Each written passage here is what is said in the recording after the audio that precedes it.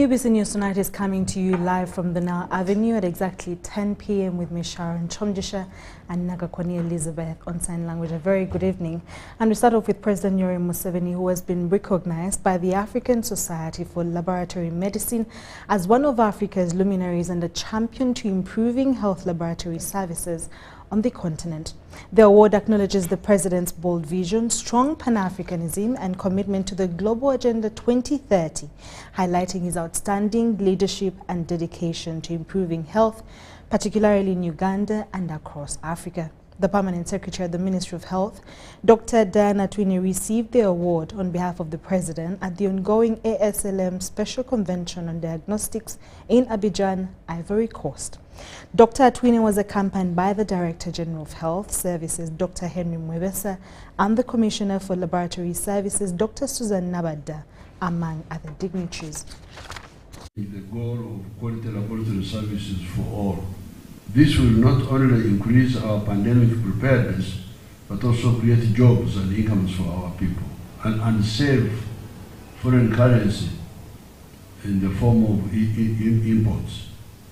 Uganda remains committed to increasing access to affordable and quality laboratory services in order to ensure early detection of diseases and management of outbreaks. This is in line with our vision of strengthening local capacities and manufacturing to increase the independence of the African countries. Besides our deliberate effort to strengthen the laboratory sector, we have implemented several interventions to promote a healthy population. We started with the immunization against the 6 killer diseases. We then added increased access to safe water to get rid of diseases such as cholera. We have now expanded our immunization beyond the 6 killer diseases to the non-communicable diseases like HPV for cervical cancer. This is in addition to our relentless war against HIV/AIDS. In all these efforts, we are leveraging improved technologies for our laboratory sector to increase access to testing as an early point for intervention and treatment of communicable and non-communicable diseases. Uganda has now built capacity to not only deliver routine health services, but also manage disease outbreaks. We are ready to share our success story with our African brothers and sisters on the African continent. Our Ministry of Health, through the Specialized Laboratory Department, the National Health Laboratories and Diagnostic Services, is supporting several continental programs aimed at health system strengthening. Our supranational TB reference laboratory has been supporting all countries in the upper sub-Saharan Africa. We are also currently hosting the Global Fund East, Central and Southern Africa Health Community International Laboratory System Strengthening Project. Through this project, the Ministry of Health has been capacity building for laboratory sectors of 23 countries, sharing our infrastructure and skills in calibration, PT panel production, and creating more health laboratory centers of excellence on the continent. Uganda will continue to support our sister countries with training facilities, human resources, and coordination needed to effectively implement continental initiatives like the current Global Fund ECSAHS International Laboratory Systems Strengthening Project. Finally, I once again thank you for recognizing Uganda's health sector in improving laboratory services in Africa. I salute the African Center for Disease Control, ASLM, all our partners in the health sector, the leadership of the Ministries of Health, and all the health workers across Africa for working tirelessly to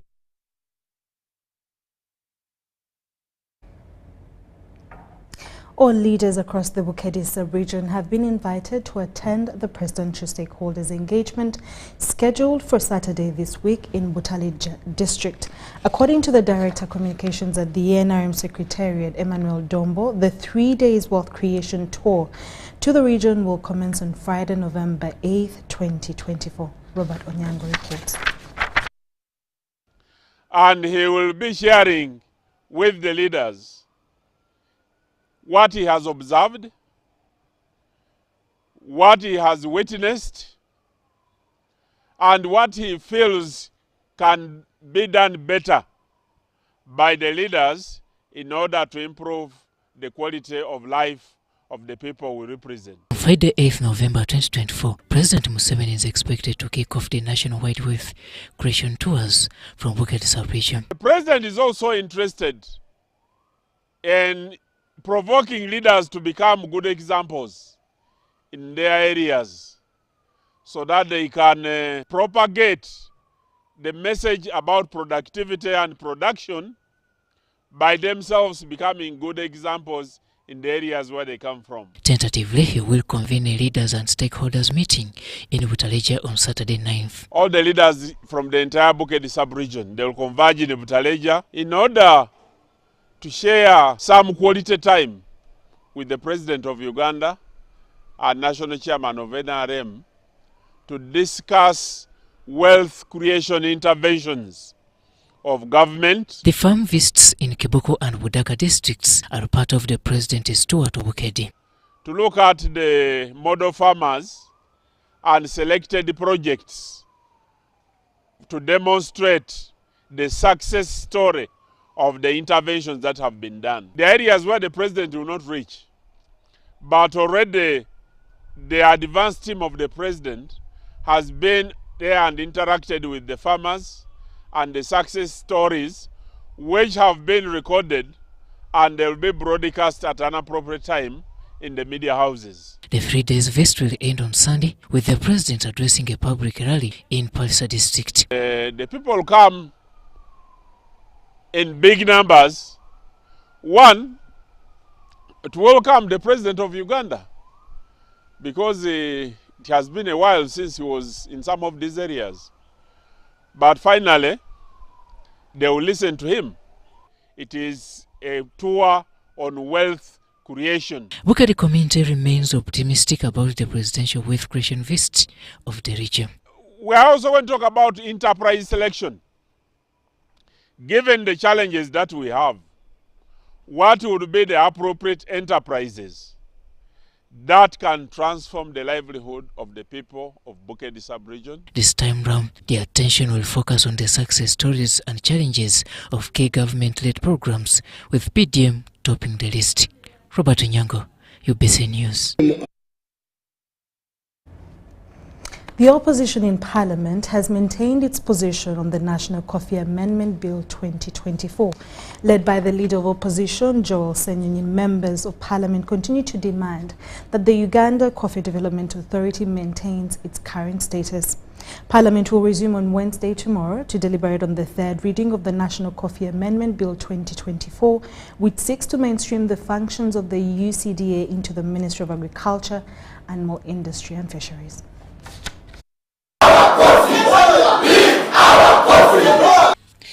Parliament will resume to process the third reading of the National Coffee Amendment Bill 2024, which seeks to mainstream the functions of the Uganda Coffee Development Authority into the Ministry of Agriculture, Animal Industry and Fisheries. The media has been filled with mixed reactions over the controversial bill, which has been deemed toxic by some sections of the public. Following the last debate, various groups, including MPs from the NRM party in the Western region, have openly opposed the amendment to rationalize UCDA into the Ministry of Agriculture. The Leader of Opposition, Joel Senyonyi, held a joint meeting in which they resolved that UCDA should remain independent and not be affected by the rationalization policy. But as of now, we are convinced that UCDA has got a lot more potential regarding coffee in comparison to the ministry, which has increasingly become a lame duck. So we are vouching for UCDA because of its strategic nature. MPs have warned the executive against interfering with the operations of Parliament. Hope is that our colleagues, especially from the NRM, will listen a lot more to the people they represent, as opposed to the instructions coming from Cabinet. Cabinet is meant to bring proposals here in Parliament. We can choose to give them a green light, or we can choose to throw them out. Legally, procedurally, and be that we are equally fit. If there is anything illegal that attempts to detract us from execution of our duties as members of Parliament, we are fit, we shall confront any intruder. We won't be intimidated. These are people's rights. People are saying let coffee and UCD remain. We shall defend it to our last breath. While most of the opposition to the bill comes from opposition MPs, the leader of opposition stresses that the issue of coffee should not be seen as partisan. The MPs argue that the government's intention of rationalization loses credibility as more districts and positions are being created. Rationalize. But now you're creating several positions. And then they introduce assistant RDCs and that kind of thing. What exactly are they going to do? Yet they are going to be earning a salary and to be facilitated. And this is the same government saying they are interested in cutting down on costs and expenditures. That's not true. The controversy stems from concerns that economic empowerment of Ugandans and their voice should be defended, as the MPs claim. So we shall be here tomorrow to defend the economic empowerment of the people of Uganda. And you see, the good thing is we know the rules, we know the law, and so we shall use it. And we want to urge all Ugandans out there, and especially my people of Kampala, to also raise their voices tomorrow.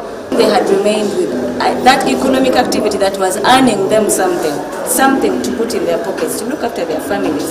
It is also now being taken out. So they talk. However, NRM caucus spokesperson Alex Brandon Chintu remains optimistic that the bill will be passed into law. Constituting a whole house, and then we shall have to say, well, this law is good, this is nice, blah, blah, blah.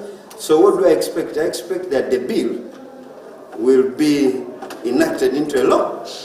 I'm Nafka Farid and Gloria Gwetabenji at Parliament.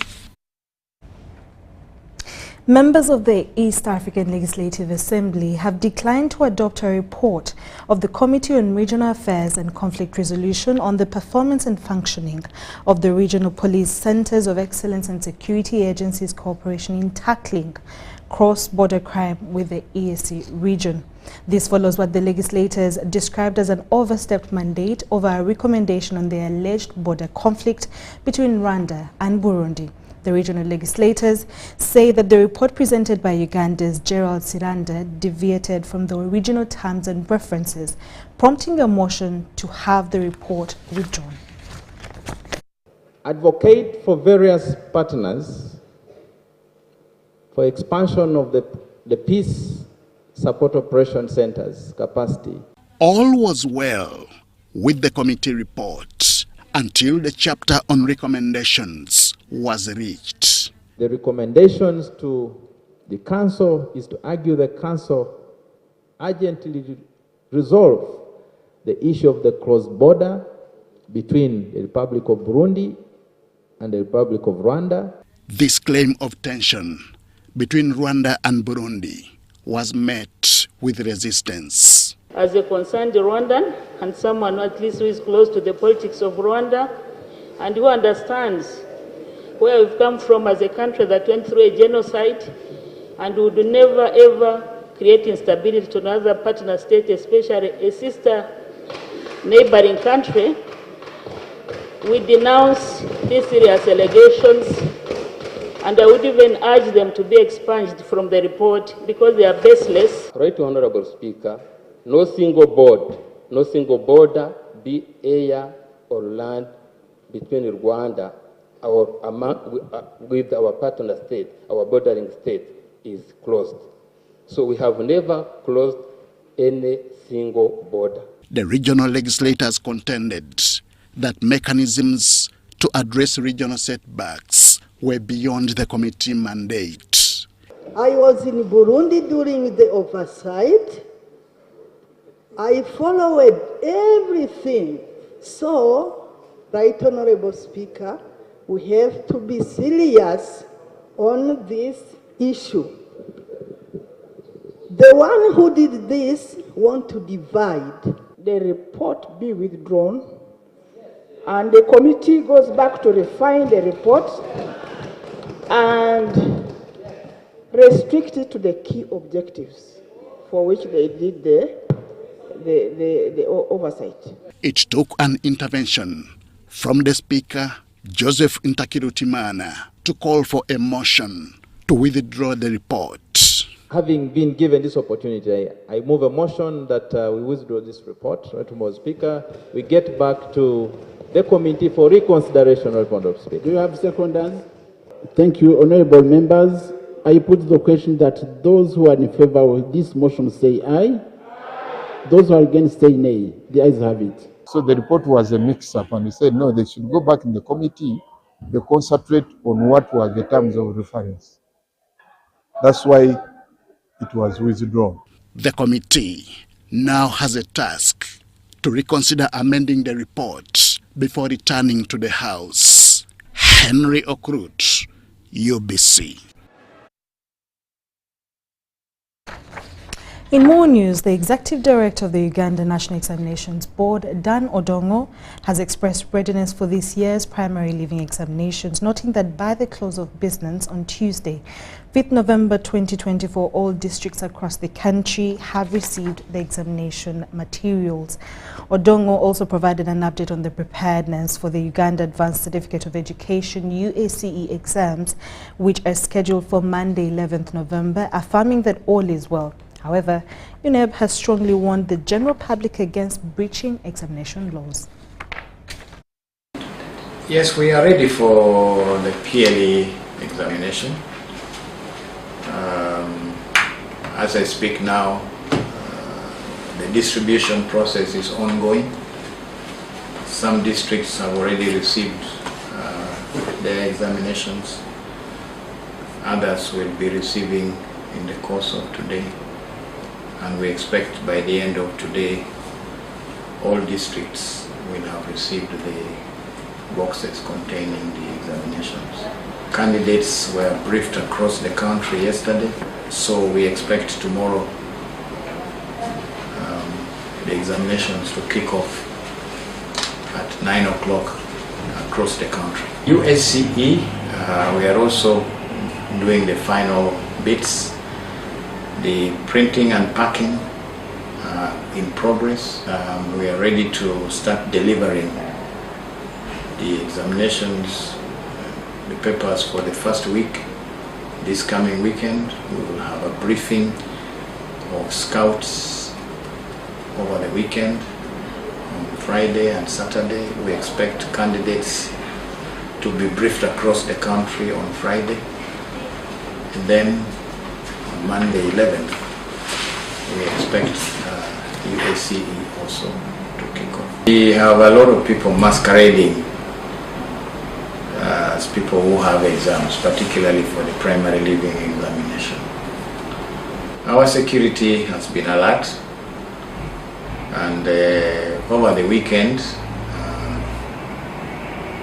the police rounded up 4 teachers in various parts of the country, particularly in Ibanda, I think, and somebody in Chira. We really want to warn these fraudsters to desist from cheating members of the public. In more news, Uganda National Youth Council has launched a new online portal aimed at enhancing access to government programs and increasing accountability in youth-related initiatives. The Minister for Gender, Labour and Social Development, Betty Among, commended the youth for coming up with the brilliant ideas that will create this long-lasting legacy. As part of the ongoing efforts to involve the youth in the national development and steer the implementation of youth-focused programs, the National Youth Council has launched an online portal designed to give young Ugandans convenient access to government programs, job opportunities, educational resources, and more.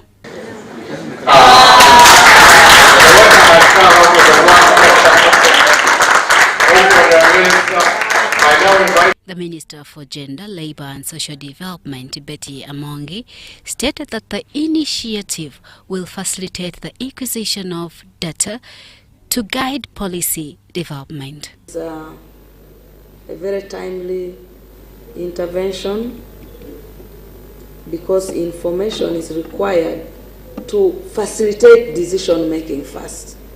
If you are a team from National Youth Council, you require decision making. The chairperson of the Ugandan National Youth Council, Jacobo Eyelu, emphasized the portal's primary purpose of ensuring accountability. We and have launched the NYC web portal for 3 reasons. One, young people have been quarreling about accountability in government. They have been saying government is not accountable enough. And some youth were even arrested on the basis of corruption in government protesting. So we insisted and said, as the young people, our body in government, which is the National Youth Council, must demonstrate the aspirations of accountability that young people have in this country. And that's why we have opened a new web portal that is more accountable, more engaging to young people, and can be able to provide them with information on youth opportunities. The platform will enable young people to track the effectiveness of various government initiatives and provide real-time feedback. Important part of what we have done today is to show young people that as youth in government, we are not willing to be part of the problem. We are part of the aspirations of the future. How much money is given to you, what has it done, where has it done, should not be information that people fight to see. It should be information that is live, that is available for anyone, anywhere in Uganda to access. And the web portal features a user-friendly interface that will help youth register for government programs, access resources, and stay informed about upcoming opportunities. Jane Nguramcha and Andrew Sebira for UBC News.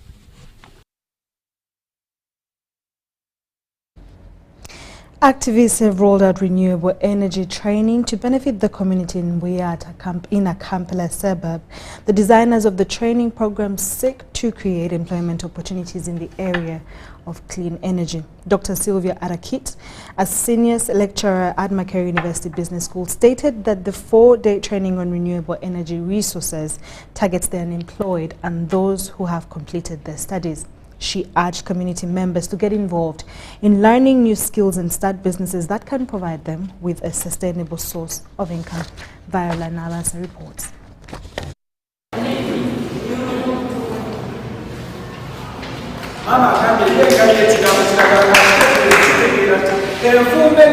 Project is a pilot project that aims at skilling women and youth in the area of green energy production and productive use of green energy sources and also the technologies.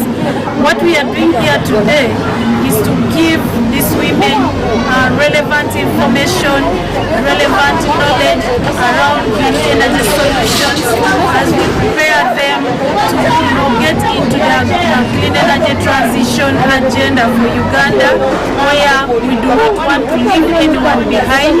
So we encourage all the youth, especially those that are not employed, those that are selling the local cookstoves that do not save energy, those that have already completed their studies but they do not have work. They can come here, we train them to make these cook stoves, to be able to make it a business and be able to earn some income. Basinara bali kujja bayigiriza about clean energy. Era twasanyuka nnyo nganze nasanyuka kuba nayagala nange nzije njive. Kubanga bayigiriza about clean energy, nga bayigiriza okukekereza amanda, ne bayigiriza okukekereza esente. Do call upon the youth to get involved in this.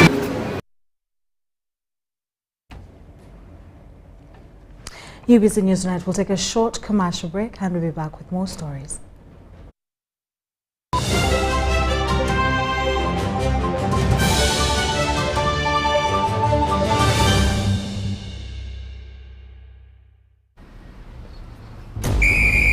To be a winner, you must have the discipline of a tiger.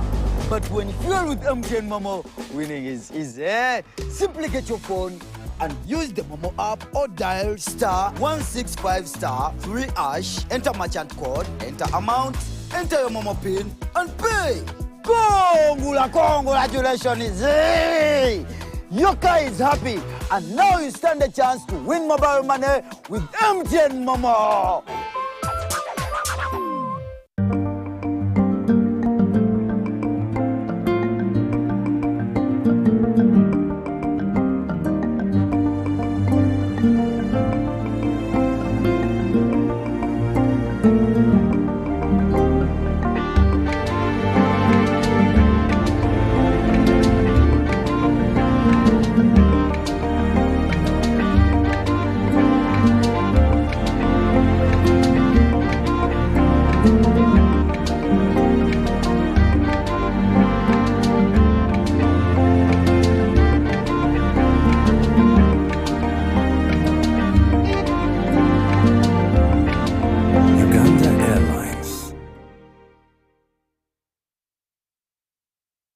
Do you need data collection services, data analysis and reporting, monitoring and evaluation systems? Then contact Mold Technologies, a professional research firm that has provided many organizations with timely research solutions for over 15 years. For more information, visit www.mt.co.ug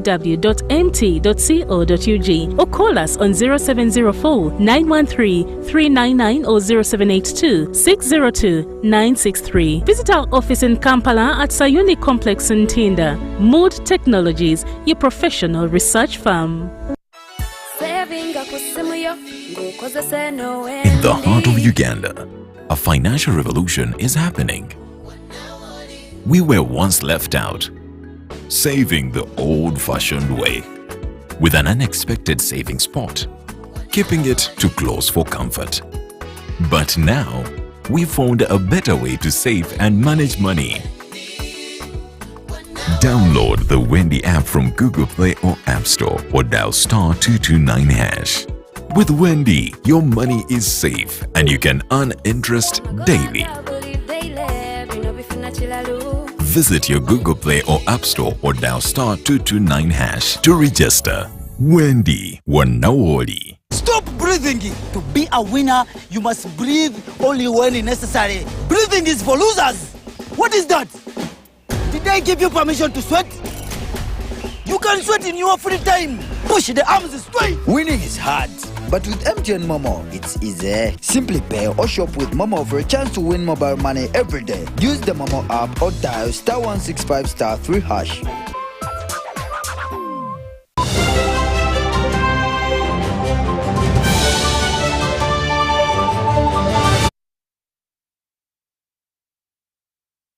Welcome back from that short commercial break. In our business stories, stakeholders reviewing the national land policy in the West Nile region are calling for the empowerment of cultural leaders to handle land disputes.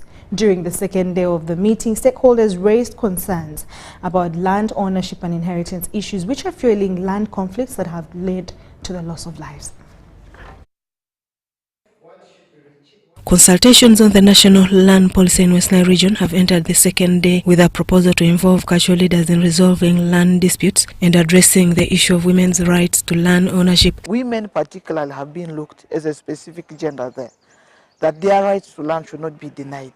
But now what I am looking at being embedded is the sense of inheritance in this policy. Stakeholders also noted ongoing conflicts related to district boundaries and national borders in the West Nile, Lango and Acholi regions, calling for further amendments of the policies. Don't politicize land tenure issues.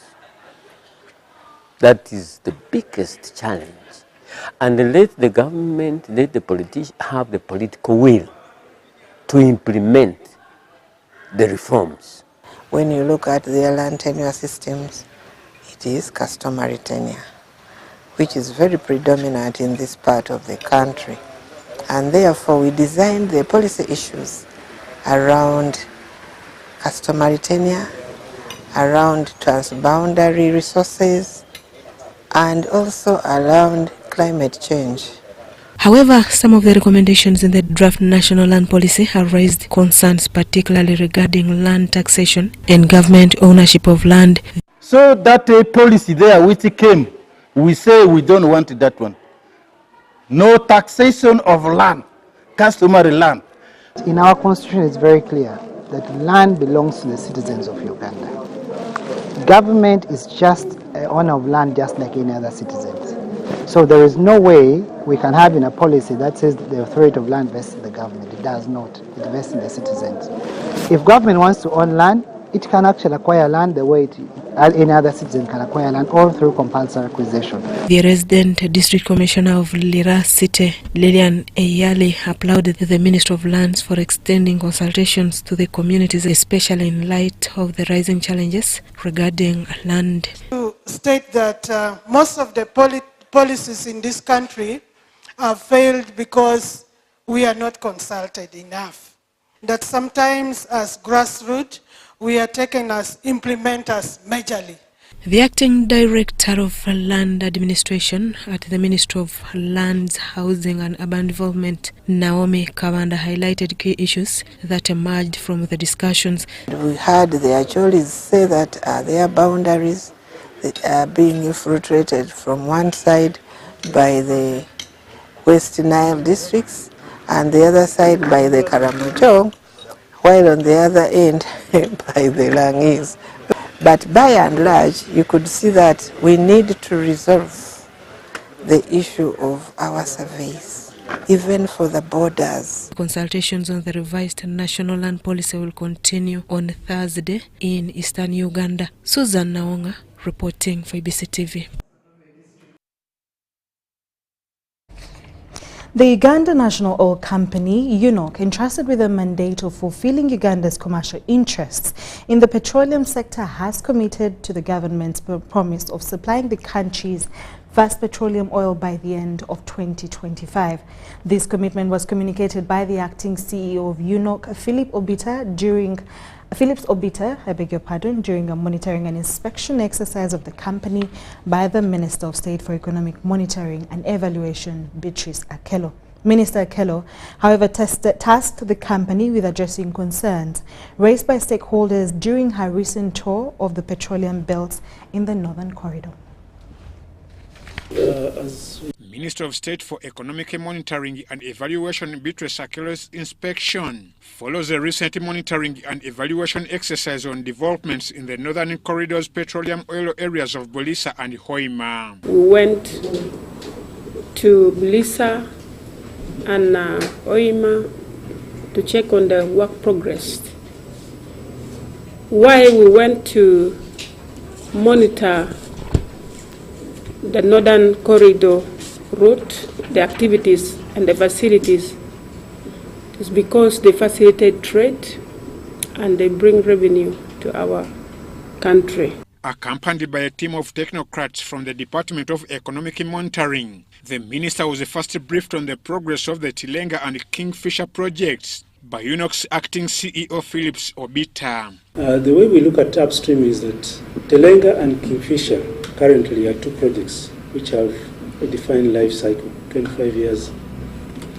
Now, that is not to say that no other discovery will be made that will be progressed into a project that will be developed.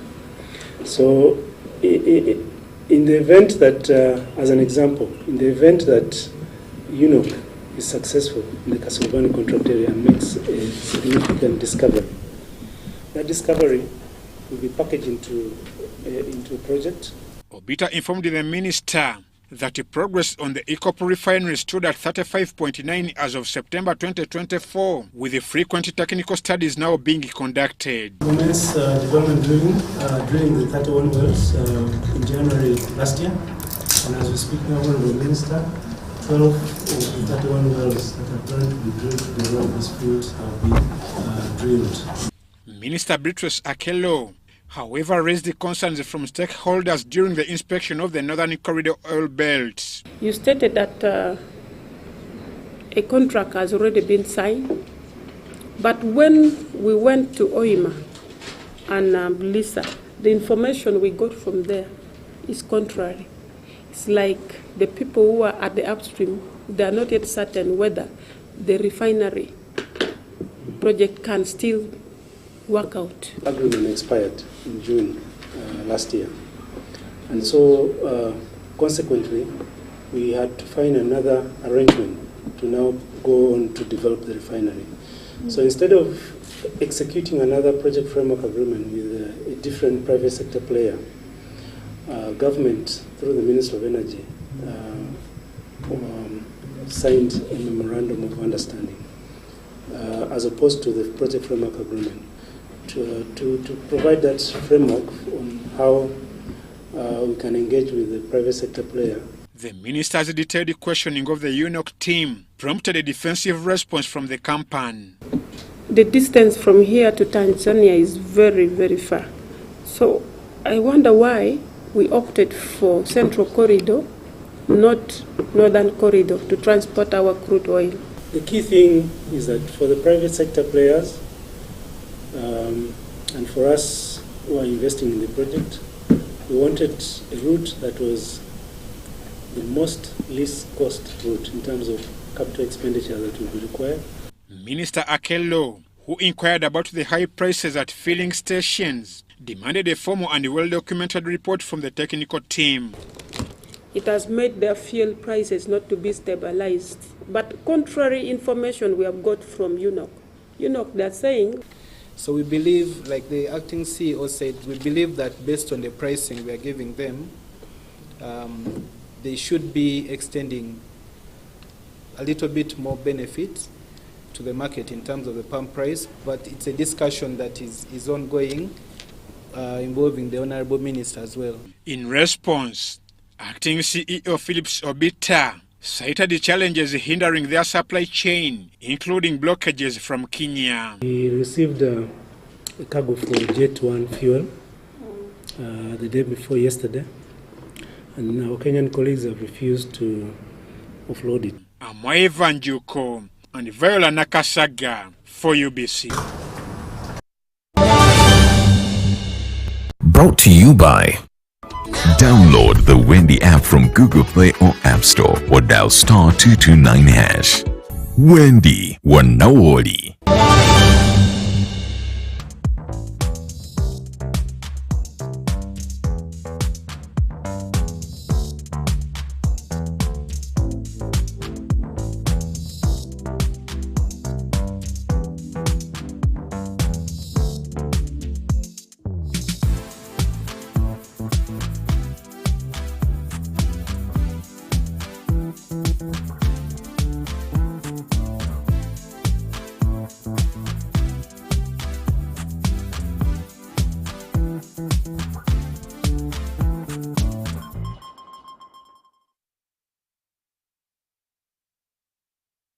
There is only one rule you must follow in order to be a winner. Number 1, defeat the undefeatable. You, step forward. I want you to box the air until it falls down. I'm not seeing it falling in. You see it falling in. Box, harder. Winning is hard, but with MTN Momo, it's easy. Simply pay or shop with Momo for a chance to win mobile money every day. Use the Momo app or dial *165*3#.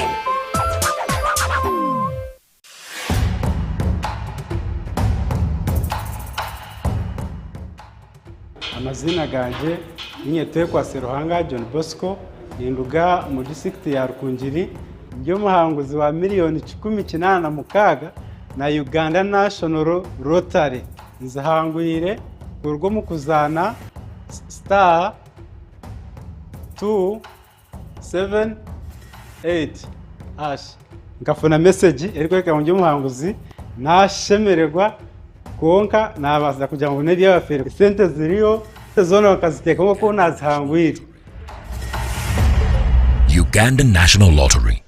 Dream, play, win. Participants must be 18 years or older. Play responsibly. The Uganda National Lottery is operated by Ituba Uganda and regulated by the National Lotteries and Gaming Regulatory Board.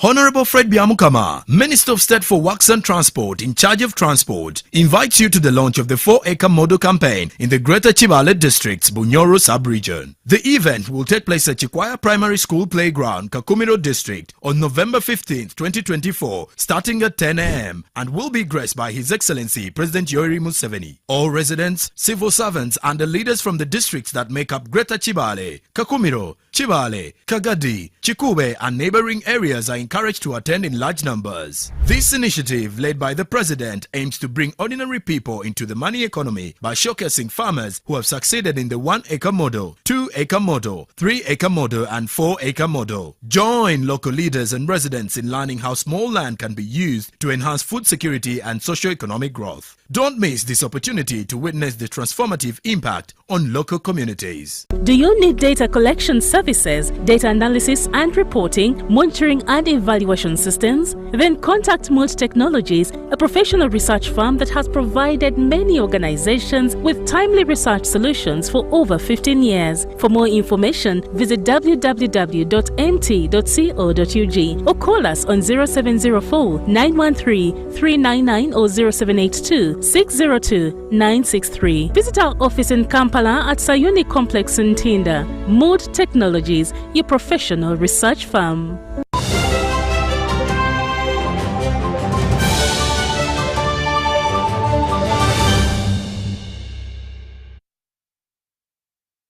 Welcome to the UBC Sports News. For the first time in the history of women's football in Uganda, monthly awards for excellence have been introduced. And of course, this comes after the entry of Finance Trust Bank that sank billions that are now there for everyone to see.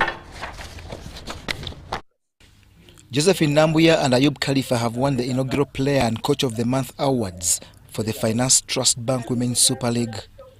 The two are from Kawempe Muslim Ladies Football Club, for which goalkeeper Nambuya kept 4 clean sheets in October to steer her team atop the standings on 13 points. During the month, Kawempe Muslim Ladies beat Rennes and Wakiso Hill 3-0, on to which it added identical 1-0 victories over Shimaruns and Makerere.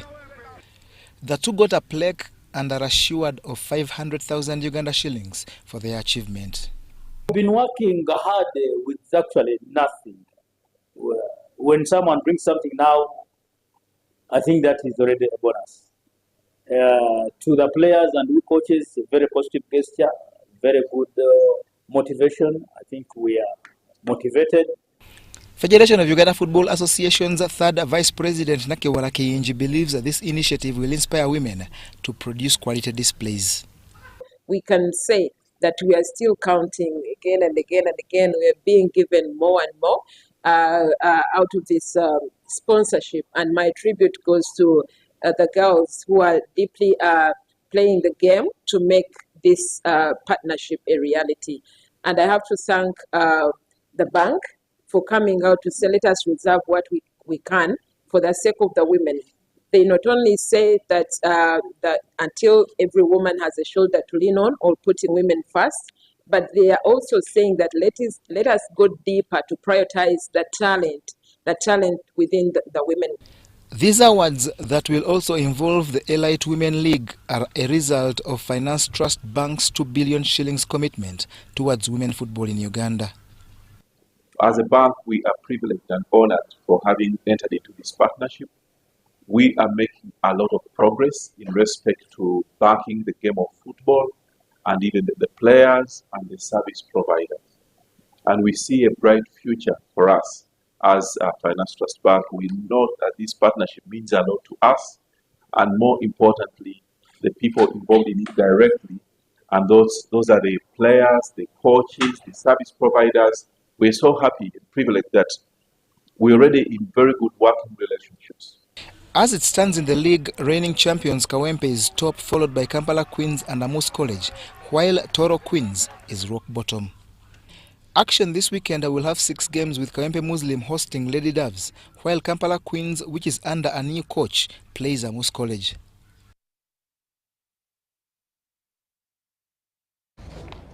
Uganda's national men's cricket team has held its final training session ahead of the ICC Cricket World Cup Challenge League B, round 1, which starts tomorrow at Lugogo. This competition, a qualifier for the 2027 Cricket World Cup, will be played in Uganda from November 6th to the 16th, 2024, with 6 teams competing in round-robin games for a spot at the top. Grace Kyomugisha reports. The Cricket Cranes have been preparing for the ICC Cricket World Cup Challenge League B tournament since after their appearance at the T20 World Cup in June this year. The team will face 5 other teams in this first round and is confident about putting up a strong performance. Way back when we came back from the World Cup, we knew our focus was going to change to the 50-over tournament, and ever since we have been practicing. We have had a couple of trial games. We have had a couple of trips outside Uganda just to get used to the 50-over game again, because we last played it two years back.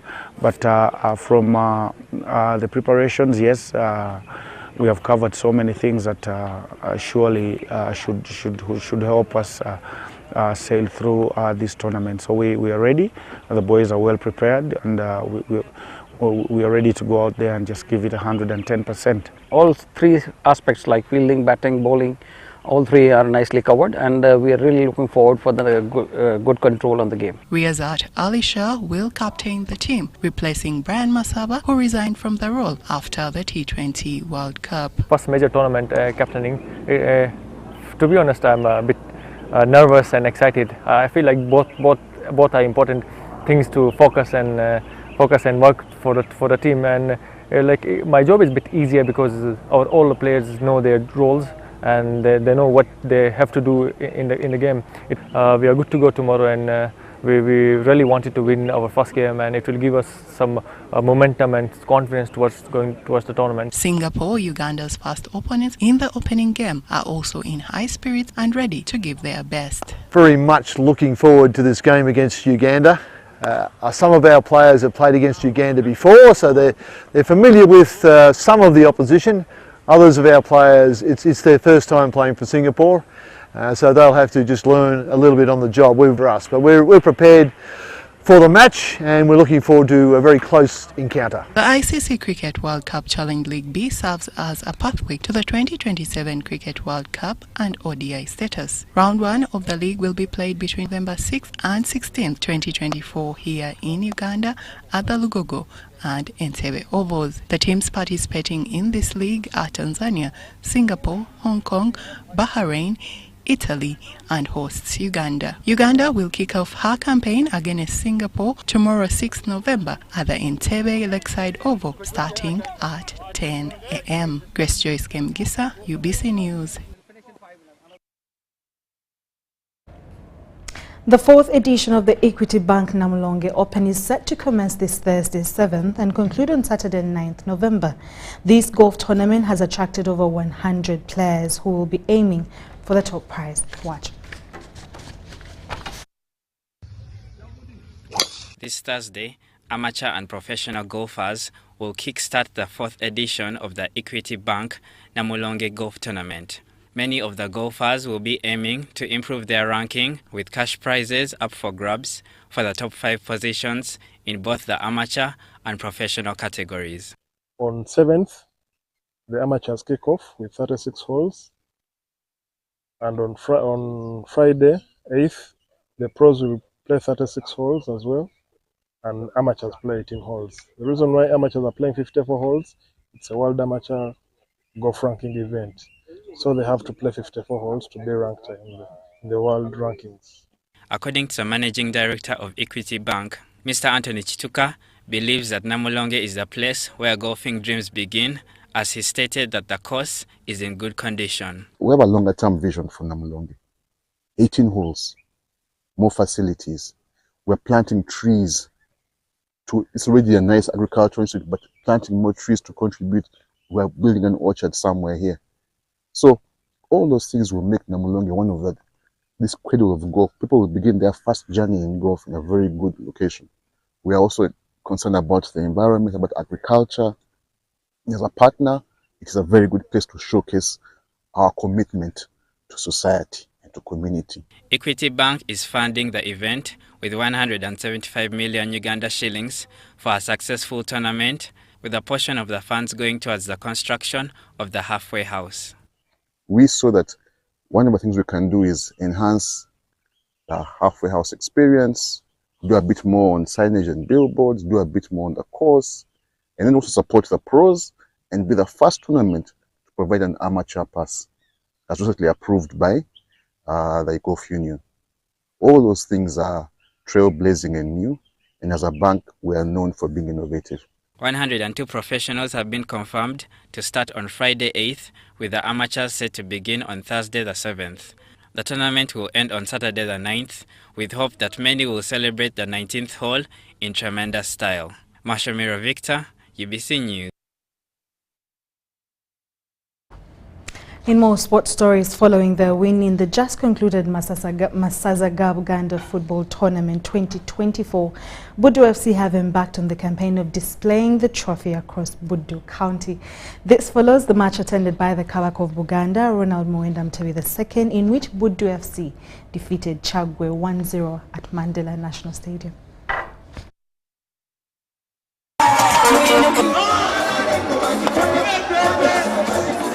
It's still joy unconfined in many areas of Buddu County as celebrations to win a third Massaza Uganda football title continue.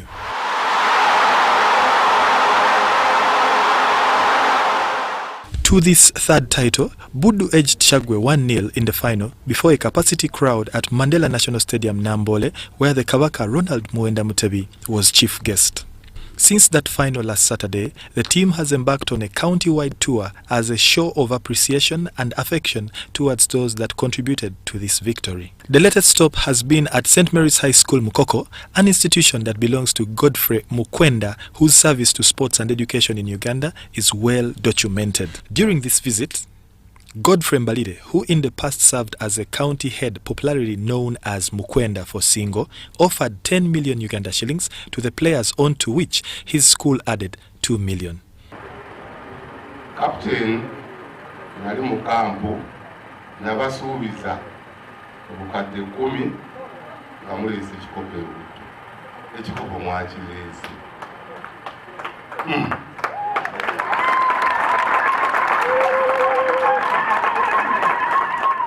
Godfrey Mbalire promised to continue supporting and implored sub-county chiefs across Buddu to source funds for the team next season. Nsaba ab'amagombolola omwaka ogujja babe basaale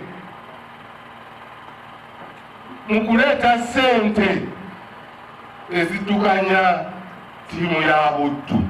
The treasurer, Buddu FC, Segawa Sotias, also appreciated the team with 10 million shillings and commended Owechitibwa Mbalire and encouraged supporters to forget their differences and work together for the betterment of the team. The technical team and the players commended those who supported them. Abasambi saidi yaffe tuli basanyufu n'abantu ab'enjawulo omuli omwami Mbalire Mukwenda Owekitiibwa atubeereddewo mu buli mbeera. So tuli wano okukwebazanga ggwe, naye ate twebaza nnyo n'omwana waffe omuto St. Mary's High School Mukoko. Buddu FC has won the Massaza Uganda football tournament on 3 occasions.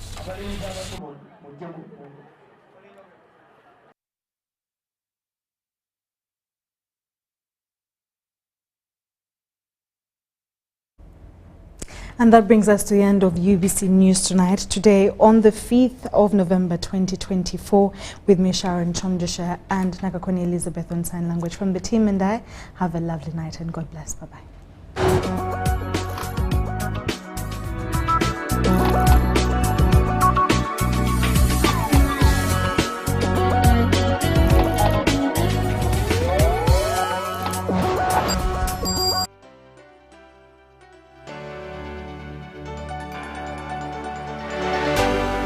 UBC, inspiring Uganda.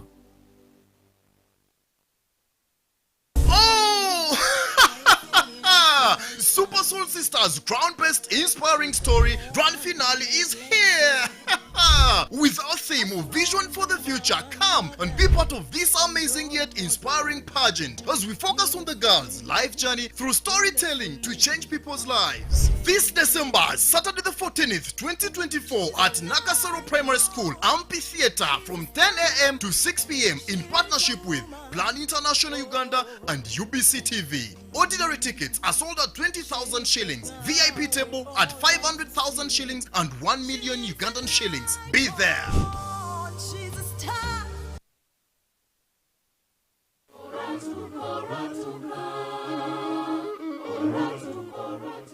In a world where every day is a battle for survival, one man endures grueling hardships just to make a living. Yes, sir.